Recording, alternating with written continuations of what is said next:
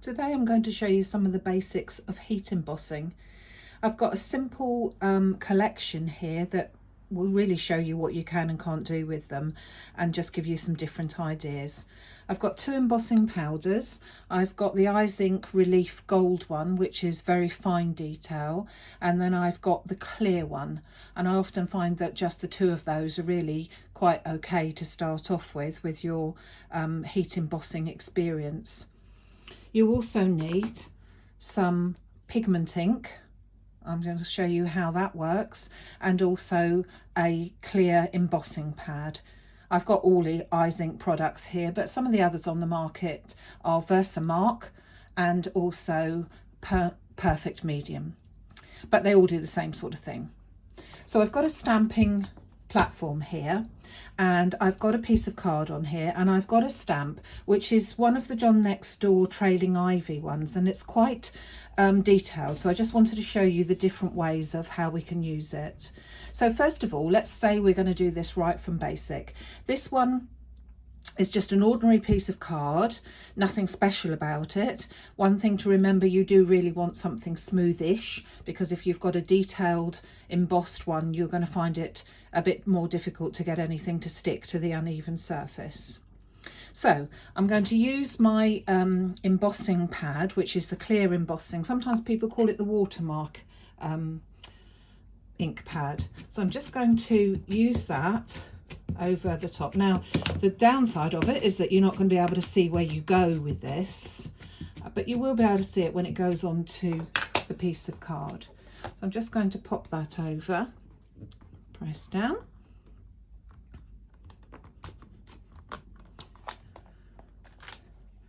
And I think you can probably see where that has gone and where it's not gone.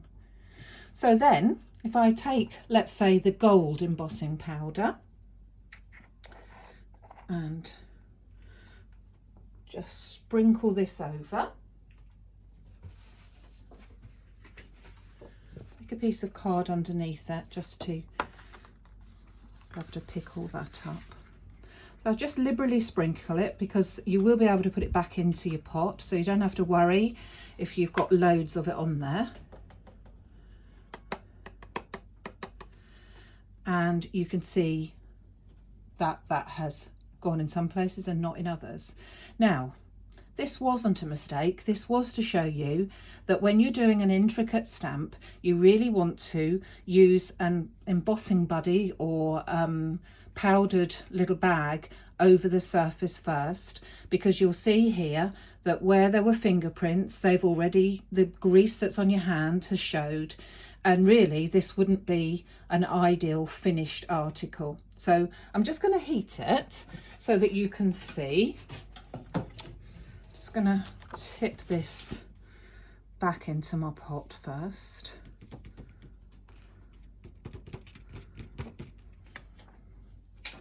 Put that to one side.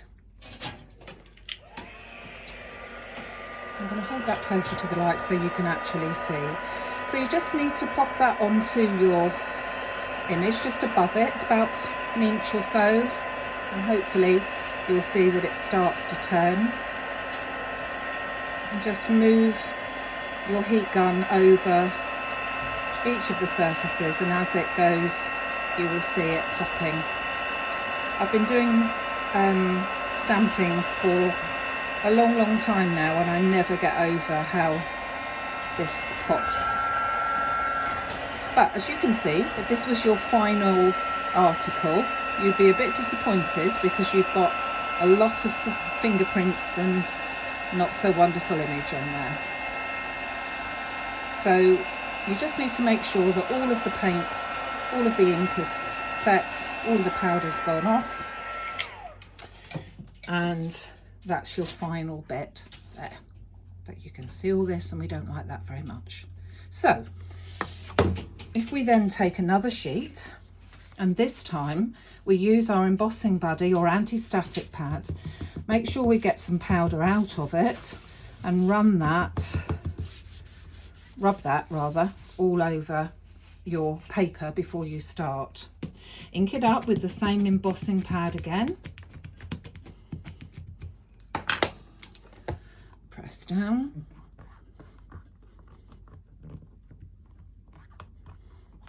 And then just take that off. And then if I get my card back again,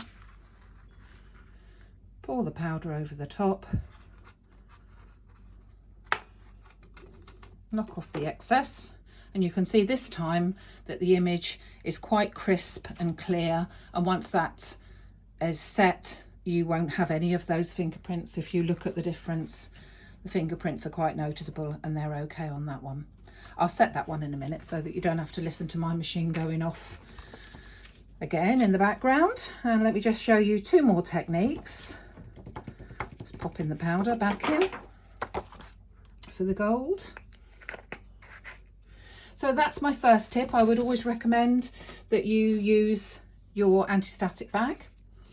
And I'm going to do the same over here, rubbing that over the surface, getting any of the traces of ink and things off of there that we might have. So I'm going to do the same now with the ink, but I'm going to use the clear embossing powder.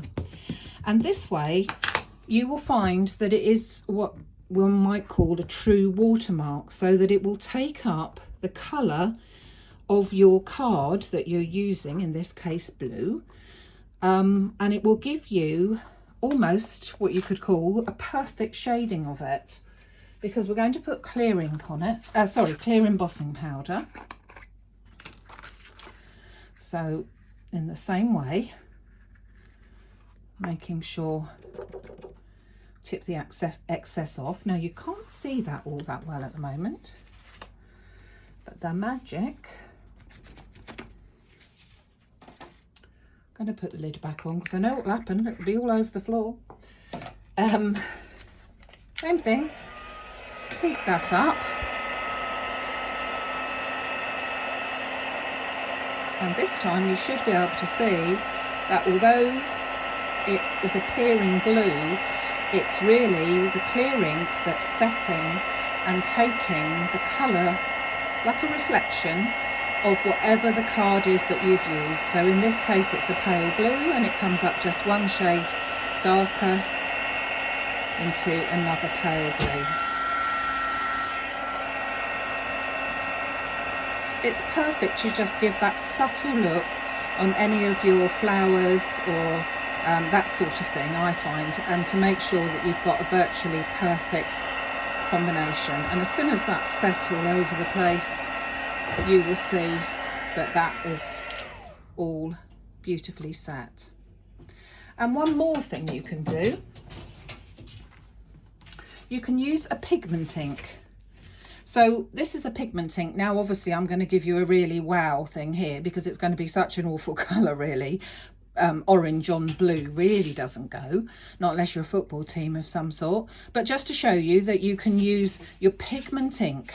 So I'm going to go over my stamp with this, in this case, an orange pigment ink. They are a bit thicker, so they're not ideal for doing such a detailed stamp as this one, but you're going to get the idea. So I'm just putting that onto there. Just make sure, can't remember if I did it now, just make sure that I've got that static over there. I'm going to press that down, and I'm going to use clear embossing powder over the top of this. So I've got a vivid orange, and then I'm going to use the clear embossing powder over this. So not the gold, just the clear one, like that. Just pop that back in its pot. Lid on, just in case.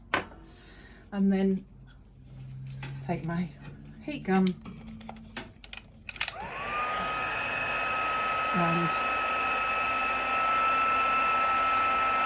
heat this up.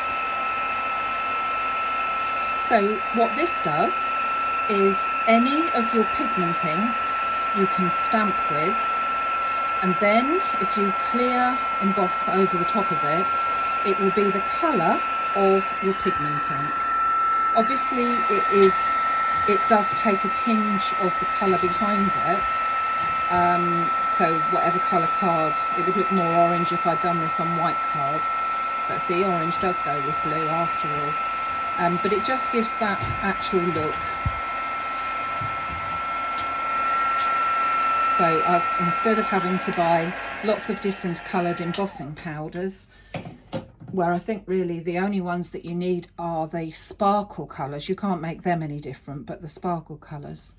But you can see now that that is an orangey colour, and all that is from was my orange pigment ink with my clear embossing powder over the top.